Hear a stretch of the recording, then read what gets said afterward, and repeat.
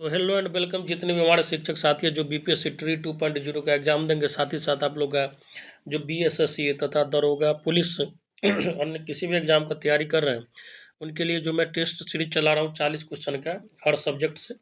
बहुत important session, इसको जरूर देखिएगा। साथ ही साथ आप लोग का जो है कॉमन पेपर के लिए भी उपयोगी है, तो आप जो है ये सेशन जरूर देखें। साथ ही साथ एक जो है साइंस का आप लोग का लाऊंगा, 1000 क्वेश्चन का महामैराथन रहेगा। हर क्वेश्चन जो है हर दिन आपको 50 इंपॉर्टेंट क्वेश्चन कराया जाएगा डिटेल एक्सप्लेनेशन के साथ।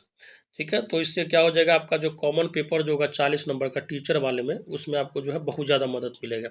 साथ ही साथ कोई भी इंडिया का एग्जाम दीजिएगा, जैसे दरोगा हुआ, पुलिस हुआ, उसके बाद बीएसएससी का एग्जाम हुआ, कोई भी एग्जाम देने जाएगा, एसएससी का, रेलवे का, ग्रुप डी का, जो भी हो एग्जाम होगा उसमें बहुत उपयोगी होगा, क्योंकि हर क्वेश्चन अपने आप में जो है बेहतरीन क्वेश्चन है। डिटेल के साथ मैं बताऊंगा उसको, क्योंकि देखिए क्वेश्चन बहुत मार्केट में पड़ा हुआ है और किताब भी बहुत है, लेकिन फिर भी टीचर की आवश्यकता क्यों होती है? क्योंकि टीचर जो है उसको सरल करके समझाता है, आपको क्या इंपॉर्टेंट है ये समझाता है, कैसे पढ़ना है ये समझाता है। तो किताब से अगर हर चीज़ पढ़ लिया जाता तो टीचर की आवश्यकता नहीं होती। ठीक है, तो चलिए स्टार्ट करते हैं। आपका जो है 40 क्वेश्चन का टेस्ट सीरीज का आज जो है अर्थशास्त्र है। टेस्ट सीरीज नंबर 4 का है, मतलब कहने का मतलब इससे पहले 15 जो है मैं आप लोग का टेस्ट सीरीज ले चुका हूँ। आज इसमें आपका हिस्ट्री, ज्योग्राफी, पॉलिटी और इकोनॉमिक्स हुआ है। तो चलिए स्टार्ट करते हैं। पहला क्वेश्चन करा कि उदारीकरण का अर्थ क्या है। तो उदारीकरण का अर्थ क्या होता है बताइए। तो इसका आंसर क्या हो जाएगा, आपका ऑप्शन नंबर बी हो जाएगा, निजी स्वतंत्रता, बाजार की शक्तियों की स्वतंत्रता एवं अनियंत्रण की नीति का अनुसरण करना। उदारीकरण जो है भारत में कब आया, ध्यान रखिएगा 24 जुलाई 1991 को आया था। तो ये पूछा जाता है। और किसके समय में आया था, तो उस समय जो अर्थशास्त्री थे बहुत ही विद्वान आदमी थे, डॉक्टर मनमोहन सिंह। ठीक है, तो भारत में उदारीकरण का जनक किसको माना जाता है, तो माननीय डॉक्टर मनमोहन सिंह को माना जाता है। वो जो है गवर्नर भी रह चुके हैं, बहुत विद्वान आदमी थे अर्थशास्त्र के। चलिए आगे कह रहा है कि निजीकरण उस प्रक्रिया को कहते हैं जिसमें, तो इसका आंसर क्या हो जाएगा बताइए, ऑप्शन नंबर सी हो जाएगा, निजी क्षेत्र का विकास प्रक्रिया में अधिक महत्व दिया जाता है एवं उन्हें मजबूत बनाया जाता है। सार्वजनिक क्षेत्र की परिसंपत्तियों को बेचा जाता है एवं निजी क्षेत्र के हाथ में प्रबंध हस्तांतरण किया जाता है, जो कि अभी भारत में चल रहा है। बहुत सारी जो सरकारी कंपनियां को जो है मोदी के सरकार में, मोदी सर के सरकार में, मोदी जी के सरकार में जो बेच के अडानी के हाथ में, चाहे और भी अंबानी वगैरह को दिया जा रहा है, उनको लगता है कि जो है ये अच्छे से चला पाएंगे। यही मैं निजीकरण है उसको समझा रहा हूँ। चलिए नेक्स्ट क्वेश्चन करा कि भूमंडलीकरण का अर्थ क्या है। तो इसका आंसर क्या हो जाएगा, आपका ऑप्शन नंबर ए हो जाएगा, व्यापार, पूंजी, वित्त, तकनीकी हस्तांतरण, सूचना का प्रवाह द्वारा राष्ट्रीय अर्थव्यवस्था का विश्व अर्थव्यवस्था के साथ समन्वय। ठीक है, कहने का मतलब हो गया पूंजी, वित्त, मतलब टेक्नोलॉजी का उपयोग करके जो है पूरे विश्व स्तर पर जो है अर्थव्यवस्था को जो है लाने को क्या कहते हैं, भूमंडलीकरण कहते हैं। चलिए आगे कह रहा है कि आर्थिक सुधार के अंतर्गत क्या है। तो इसका आंसर क्या हो जाएगा, आपका ऑप्शन नंबर सी, पुरानी सरकारी नियमन एवं नियंत्रण के बदले आर्थिक विकास में बाजार तथा स्वतंत्र प्रतिस्पर्धा पर आधारित विकास प्रक्रिया के प्रोत्साहन किया जाता है। आगे करा कि आर्थिक सुधार के प्रमुख घटक क्या है। तो इसका आंसर क्या हो जाएगा, आपका ऑप्शन नंबर सी हो जाएगा, स्थिरीकरण कार्यक्रम एवं संरचनात्मक समायोजन दोनों होगा। ठीक है, चलिए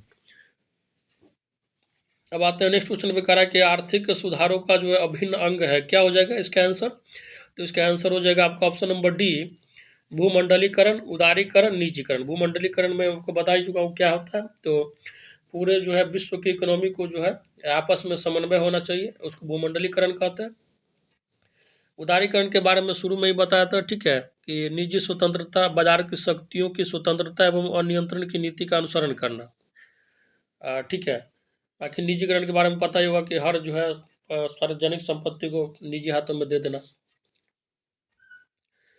आगे कह रहा है कि निम्न में से कौन सा जो है मानव विकास सूचकांक में शामिल नहीं। और ये क्वेश्चन बहुत पूछा जाता है आजकल, बहुत ट्रेंड में रहता है कि ह्यूमन डेवलपमेंट इंडेक्स, किसी भी देश का जो है विकास देखना कि कौन सा देश कितना जो है ज़्यादा विकसित है, तो उसके लिए क्या करते हैं, ह्यूमन डेवलपमेंट इंडेक्स निकालते हैं वहाँ का। तो ह्यूमन डेवलपमेंट इंडेक्स निकालने के लिए क्या क्या चीज़ जरूरी होता है और क्या चीज़ नहीं होता, तो वही पूछ रहा है कि क्या जरूरी नहीं है ह्यूमन डेवलपमेंट इंडेक्स निकालने के लिए, मानव विकास सूचकांक के लिए। तो क्या हो जाएगा इसका आंसर, आपका ऑप्शन नंबर सी हो जाएगा, सामाजिक असमानता नहीं देखते हैं।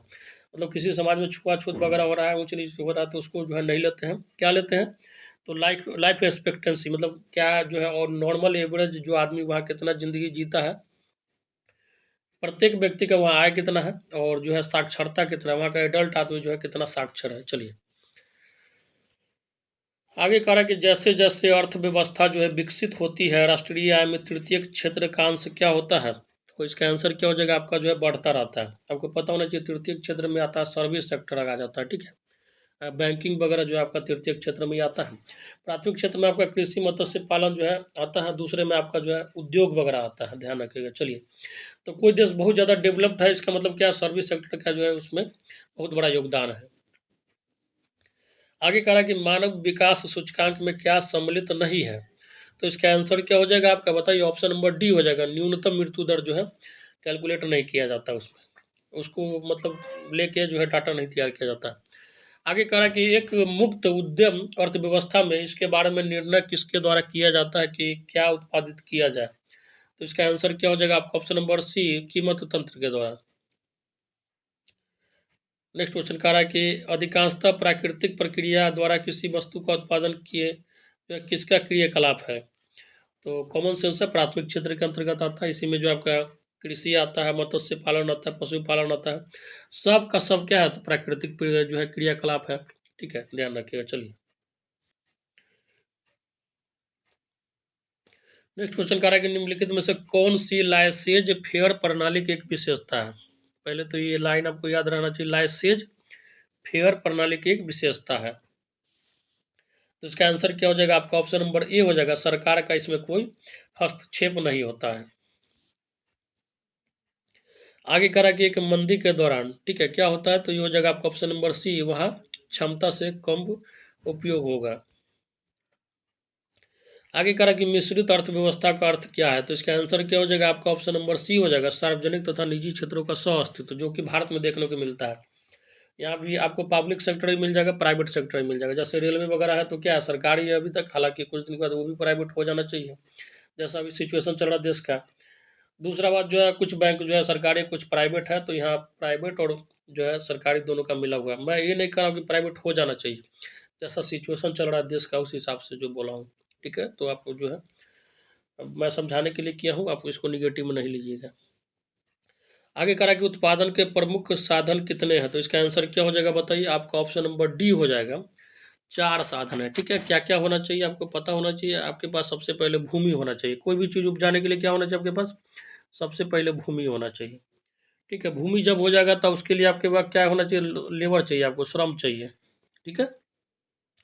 अरे छोटा सा छोटा कंपनी बैठाने के लिए आपको क्या चाहिए, सबसे पहले आपको लैंड लीजिएगा, लैंड लीजिएगा, लैंड हो जाएगा, वहाँ पे तैयार हो जाएगा तो क्या हो जाएगा, श्रम, मतलब क्या, मजदूर लीजिएगा। फिर उसके बाद तीसरे नंबर पे क्या आना चाहिए आपके पास, पूंजी आना चाहिए, बिना पूंजी के होगा कुछ, मुड़ी कचरी का भी दुकान बिना पूंजी का नहीं खुलेगा। उसके बाद क्या होना चाहिए, 4 नंबर पर संगठन होना चाहिए, ठीक है। तो ये 4 चीज़ होगा आपका, लैंड होगा, लेबर होगा, कैपिटल होगा और ऑर्गेनाइजेशन हो, तो क्या हो जाएगा आपका, उत्पादन का जो है प्रमुख यही 4 साधन है, ध्यान रखिएगा, ठीक है। आगे करा कि अर्थशास्त्र में भूमि का तात्पर्य क्या है, तो इसका आंसर क्या हो जाएगा आपका, ऑप्शन नंबर डी, सभी प्राकृतिक संसाधन जो है आपका भूमि के अंतर्गत आता है, अर्थशास्त्र के अंतर्गत, ठीक है, ध्यान रखिएगा। चलिए आगे करा कि उत्पादन के साधन कौन है, तो इसका आंसर क्या हो जाएगा आपका, ऑप्शन नंबर सी हो जाएगा, श्रम। मैं बताया था कितने साधन उत्पादन के, 4 हैं, कौन है, भूमि, उसके बाद जो है श्रम, उसके बाद पूंजी और उसके बाद संगठन।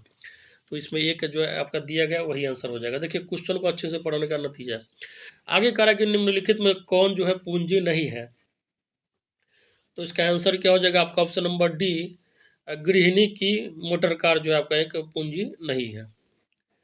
नेक्स्ट क्वेश्चन कह रहा है कि निम्नलिखित में कौन जो है चल पूंजी है, चल पूंजी का मतलब होता है जो है क्या कर सकते हैं, जो फ्लो में हो, ठीक है। तो इसका आंसर क्या हो जाएगा बताइए, आपका ऑप्शन नंबर सी हो जाएगा, खाद बीज जो है चल पूंजी है। आगे करा कि जनसंख्या विस्फोट का अभिप्राय क्या है, तो इसका आंसर क्या हो जाएगा बताइए, आपका ऑप्शन नंबर जो है बी हो जाएगा, जनसंख्या में तीव्र वृद्धि को क्या बोलते हैं, जनसंख्या जो है विस्फोट की स्थिति बोलते हैं। आगे करा कि 2011 की जनगणना के अनुसार बिहार में प्रति जो है 1000 पुरुषों पर स्त्रियों की संख्या कितनी है, तो इसका आंसर क्या हो जाएगा बताइए, 2011 के अनुसार पूछ रहा है, तो ये हो जाएगा आपका 918। मतलब 82 व्यक्ति के लिए जो है महिलाएं जो नहीं है, ठीक है। तो मतलब मैरिज इनबैलेंस कह सकते हैं इसको। हालांकि सबसे ज़्यादा जो है 1000 पुरुष में महिला कहाँ पे है, तो केरला में है। सबसे कम कहाँ पे था, 2011 के हिसाब से हरियाणा में था। अगर बिहार में आ जाइए तो सबसे ज़्यादा जो है लिंगानुपात बढ़िया कहाँ है, तो गोपालगंज जिले का है, ठीक है, जो यूपी से बॉर्डर लगाता है। चलिए आगे कह रहा है कि 2011 की जनगणना के अनुसार भारतवासियों की औसत आयु कितनी थी, मतलब लाइफ एक्सपेक्टेंसी इसको बोलते हैं, ठीक है। तो ये हो जाएगा आपका ऑप्शन नंबर सी, 64.6 वर्ष। मतलब कुल मिला के हम लोग को 65 साल जीना है, ठीक है। उसमें भी बहुत जो है 40-50 साल में भी निकल लेते हैं। फिर भी इस दुनिया में इतना जुल्म सितम जो है आजकल बढ़ गया है, ठीक है। तो ज़िंदगी तो परमानेंट है नहीं, ठीक है। और ना बस एक याद इम्पोर्टेंट आप लोग का रह जाएगा, जो मेमोरी इम्पोर्टेंट रह जाएगा, जो काम किए रहेंगे वही इम्पोर्टेंट रहेगा। तो ज़्यादा जो है प्रेशर में नहीं लाइफ को जीना है।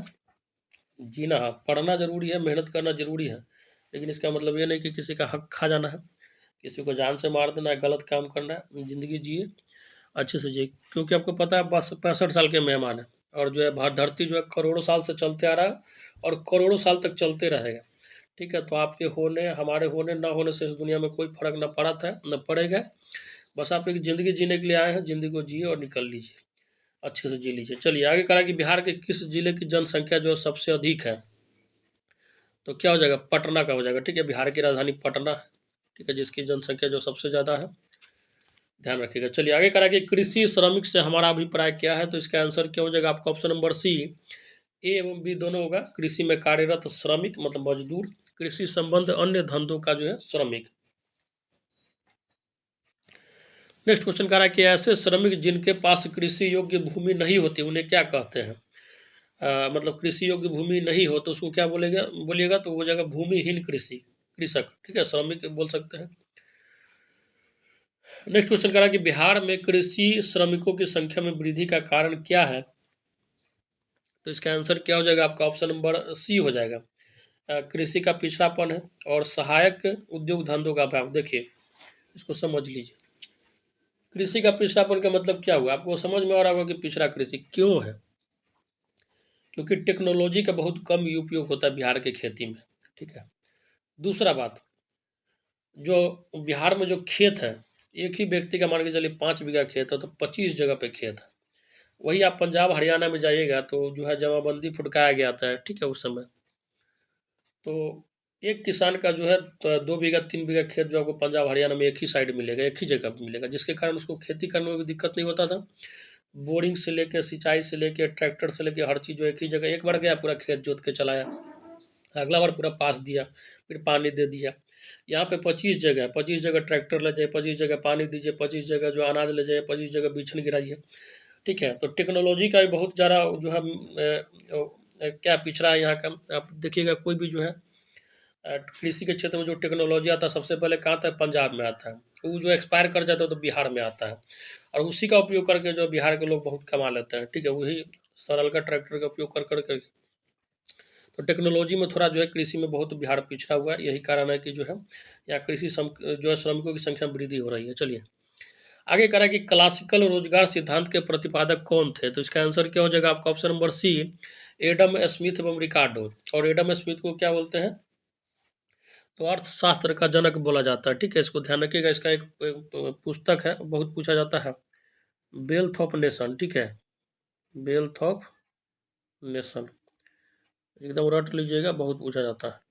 चलिए आगे करा कि बाजार के नियम का प्रतिपादन किया किसने, तो इसका आंसर हो जाएगा आपका option number C, J B Say ने किया था। ये ठीक है, सब अर्थशास्त्री का नाम है, बहुत बड़े बड़े अर्थशास्त्री वगैरह है। आगे करा कि मजदूरी में कटौती द्वारा रोजगार में वृद्धि की जा सकती है, यह जो है कथन किसका था, तो ये हो जाएगा आपका ऑप्शन नंबर बी, पीगू का। पीगू भी एक अर्थशास्त्री ही था, ठीक है। आगे करा कि किन्स ने अपने रोजगार सिद्धांतों का प्रतिपादन किया अपनी पुस्तक किस में, तो इसका आंसर क्या हो जाएगा आपका option number A, general theory of employment interest and money. और बहुत इंपॉर्टेंट बुक है किसकी, तो किन्स की है, ठीक है। और ये बहुत पूछा जाता है, किन्स के बुक का नाम क्या है, general theory of employment interest and money. और एडम स्मिथ का क्या है, तो वह वेल्थ ऑफ नेशन। आगे कह रहा है कि प्रभावी मांग के बिंदु पर, तो इसका आंसर क्या हो जाएगा आपका ऑप्शन नंबर ए हो जाएगा, कुल पूर्ति फलन एवं कुल मांग फलन के बराबर होता है। आगे कह रहा है कि व्यावसायिक बैंक एक संस्था होती है, तो इसका आंसर क्या हो जाएगा आपका ऑप्शन नंबर ए, लाभ कमाने वाली जो है एक संस्था होती है। नेक्स्ट क्वेश्चन कह रहा है कि व्यावसायिक बैंक का जो है प्रमुख कार्य क्या है, तो इसका आंसर क्या हो जाएगा आपका ऑप्शन नंबर सी, एवं बी दोनों हो जाएगा। ग्राहकों का जमा स्वीकार करना तथा ऋण तथा अग्रिम देना। ठीक है। कॉमर्शियल बैंक जैसे इलाहाबाद हो गया, एसबीआई हो गया, पीएनबी, कैनरा बैंक, ये सब क्या व्यावसायिक बैंक ही है, ध्यान रखिएगा। बैंकों का बैंक किसको कहा जाता है, तो आरबीआई को कहा जाता है। 1 रुपया को छोड़ के बाकी सब जो है नोट को छापता है आरबीआई छापता है। अभी जो वर्तमान उसके गवर्नर को ना शक्तिकांत दास है, ध्यान रखिएगा। साथ ही साथ मैं एक बात बताना चाहूँगा साथियों, आप लोग को जो है पीडीएफ आप लोग का क्लास 9th-10th का सोशल साइंस का जो है तैयार हो चुका है। क्लास 6 to 8 का एनसीईआरटी का आप लोग का पीडीएफ जो है कंप्लीट है। क्लास 6 to 8 में ज्योग्राफी और हिस्ट्री का पीडीएफ कंप्लीट है, और क्लास 9th-10th में हिंदी और मैथ्स का भी पीडीएफ कंप्लीट हो चुका है। जो भी लेना चाहते हैं, कमेंट बॉक्स में नंबर दिया गया है, वहाँ से आप लेकर अब मैसेज करना है व्हाट्सएप पे, कॉल नहीं करना है, कृपया करके कॉल नहीं कीजिएगा, क्योंकि हमारे पास जो है उतना साधन और उतना टीम है नहीं कि दिन भर जो है फ़ोन उठाता रहे। तो आप लोग कृपया करके मैसेज कीजिएगा, वहाँ पे आप लोग को इंस्टेंट रिप्लाई मिल जाएगा। ठीक है। साथ ही साथ आप लोग का एनसीईआरटी का जो सेशन चल रहा है उसको कंटिन्यू देखते रहिए, और जो है बहुत जल्दी आप लोग का हिस्ट्री और पॉलिटी स्टार्ट होगा, और कुछ जो है साइंस का पोर्शन भी स्टार्ट कर दिया जाएगा। चलिए आगे कह रहा है कि व्यावसायिक बैंकों के सामान्य उपयोगिता संबंधी कार्य क्या है, तो इसका आंसर क्या हो जाएगा आपका ऑप्शन नंबर डी, इनमें से सभी हो जाएगा। जैसे लॉकर की सुविधा एवं बहुमूल्य धातु की रक्षा करना, जैसे सोना वगैरह जब किसी के पास बहुत ज़्यादा हो और वो संभाल नहीं पाए तो वो बैंक में जाकर जमा कर सकता है। बैंक ड्राफ्ट, यात्रा चेक इत्यादि की सुविधा देना, ये भी है। क्रेडिट कार्ड, एटीएम, ये तो आपको पता ही होगा। ठीक है। एटीएम क्या होता है, तो डेबिट कार्ड होता है। ठीक है, ध्यान रखिएगा। चलिए, और क्रेडिट कार्ड एक आता है, अब जब आपको नौकरी हो जाएगा तो बहुत कमाइएगा तो आप लोग क्रेडिट कार्ड बनवा लीजिएगा। चलिए आगे करा कि भारत का केंद्रीय बैंक क्या है, तो इसका आंसर क्या हो जाएगा आपका ऑप्शन नंबर सी हो जाएगा। ठीक है, रिजर्व बैंक ऑफ इंडिया, इसको बैंकों का बैंक बोला जाता है। और ये जो है 1 अप्रैल 1935 को इसकी स्थापना हुई थी, ये बहुत पूछा जाता है, ध्यान रखिएगा। ठीक है, इसको अच्छे से ध्यान रखिएगा। हालांकि 1949 में इसका क्या हुआ था, राष्ट्रीयकरण हुआ था। और जो ये जो है बैंकों को ऋण देती है, मतलब बैंक को अगर भीख मांगना होता है तो किस पे कहाँ पे हाथ फैलाता है, तो आरबीआई के पास फैलाता है। और हम लोग को भीख लेना रहता है तो हम लोग कहाँ फैलाते हैं, तो बैंक में फैलाते हैं। हालांकि भीख जो है फ्री में नहीं मिलता है, बाद में जो सूद सहित जो लेता है। आगे कह रहा है कि भारतीय रिजर्व बैंक की स्थापना कब हुई, तो इसका आंसर क्या हो जाएगा आपका ऑप्शन नंबर क्या होगा बताइए। रिजर्व बैंक की स्थापना 1935 में हुआ था, ध्यान रखिएगा। ठीक है, 1 अप्रैल को हुआ था। और इसके वर्तमान में गवर्नर कौन है, शक्तिकांत दास है। इसके 4 जो है डिप्टी गवर्नर होते हैं, एक गवर्नर होता है और 4 जो है डिप्टी गवर्नर होते हैं, मतलब उप गवर्नर उसको बोलते हैं, उपराज्यपाल। सॉरी, हाँ, उप गवर्नर मतलब राज्यपाल ही कह सकते हैं। चलिए नेक्स्ट क्वेश्चन कह रहा है कि भारतीय रिजर्व बैंक जो है देश की आर्थिक नीति के अनुरूप निर्मित करता है क्या, तो इसका आंसर हो जाएगा आपका ऑप्शन नंबर सी, मौद्रिक नीति एवं स्थायित्व के साथ विकास के लिए नीति। नेक्स्ट क्वेश्चन कह रहा है कि निम्नलिखित में कौन जो है व्यापार अवरोधक है, तो इसका आंसर क्या हो जाएगा आपका ऑप्शन नंबर सी, आयात कर एवं निर्यात कर। ठीक है। अब कोई भी चीज़ जो है व्यापार में अगर आप ज़रूरत से ज़्यादा जो है किसी चीज़ को अगर भारत मंगवा रहा है तो आयात टैक्स ठोक दीजिएगा, चाहे भारत को अगर बाहर भेजना है बहुत ज़रूरत से ज़्यादा निर्यात टैक्स भेज दीजिएगा, तो क्या हो जाएगा, वो जो है व्यापार में अवरोध पैदा करता है। आगे कह रहा है कि वैश्वीकरण से बिहार के किस उद्योग को जो है प्रोत्साहन मिला है, मतलब ग्लोबलाइजेशन, मतलब अगर इकोनॉमी जो है पूरे जो है ग्लोबल हो गया, मतलब सब इकोनॉमी एक दूसरे से जुड़ गया, तो इससे जो है किस उद्योग को फायदा मिला है, तो ये हो जाएगा आपका ऑप्शन नंबर जो है बी हो जाएगा, पर्यटन को। ठीक है। और खासकर बिहार में जो है पर्यटन के क्षेत्र में जो है कुछ ज़्यादा काम हुआ है 2-3 सालों में। खासकर राजगीर में जाइएगा तो सफारी वगैरह, जू सफारी, उसके बाद जो है एक ब्रिज बना है, सस्पेंशन टाइप का है, वहाँ पे जाकर तीर्थयात्री देखते हैं। स्टेडियम बन रहा है, क्रिकेट का स्टेडियम अभी बहुत जो है जोर शोर से काम चल रहा है, माँ सीता का मूर्ति बनने वाला सीतामढ़ी में। उसके साथ रामायण, जो विराट रामायण का मंदिर बना है कहाँ पे, तो आपको पता होना चाहिए, पूर्वी चंपारण में काम चल रहा है। तो पर्यटन के क्षेत्र में जो बिहार सरकार बहुत ज़्यादा काम कर रही है, क्योंकि यहाँ पे आपको उद्योग धंधा तो है नहीं, एकमात्र कृषि पे आश्रित है, तो इनकम का स्रोत होना चाहिए। दारू तो बंद ही है, तो जो इनकम का एक स्रोत होता है, तो इसीलिए जो है थोड़ा बिहार सरकार पर्यटन की ओर जा रही है। और इस जो है टेस्ट सीरीज का लास्ट क्वेश्चन है करा कि कृषि उत्पादकों के मानकीकरण के लिए किस मानक का प्रयोग किया जाता है। तो इसका आंसर क्या हो जाएगा आपका option number B, Agmark. ठीक है, जैसे कृषि से कोई चीज़ उत्पादित है, तो कोई मतलब मान के चलिए वो प्रोडक्ट है, तो उस पर देखिएगा एग मार्क लगा होता है। ठीक है, उससे पता चल जाता है कि ये चीज़ जो है कृषि से उत्पादित हुआ है। ठीक है, उसका निशान होता है। जैसे फल वगैरह पे आप देखते हुएगा, जैसे सेब वगैरह पे स्टिकर वगैरह लगा रहता है, तो समझिए कि एक तरीके से एग मार्क का ही एक रूप है। ठीक है, चलिए, तो ये था साथी आपका टेस्ट सीरीज नंबर जो है 4 का इकोनॉमिक्स का बेस्ट 40 क्वेश्चन। तो उम्मीद करता हूँ अच्छे से पसंद आया होगा। तो लाइक जरूर ठोकिएगा, शेयर कीजिएगा।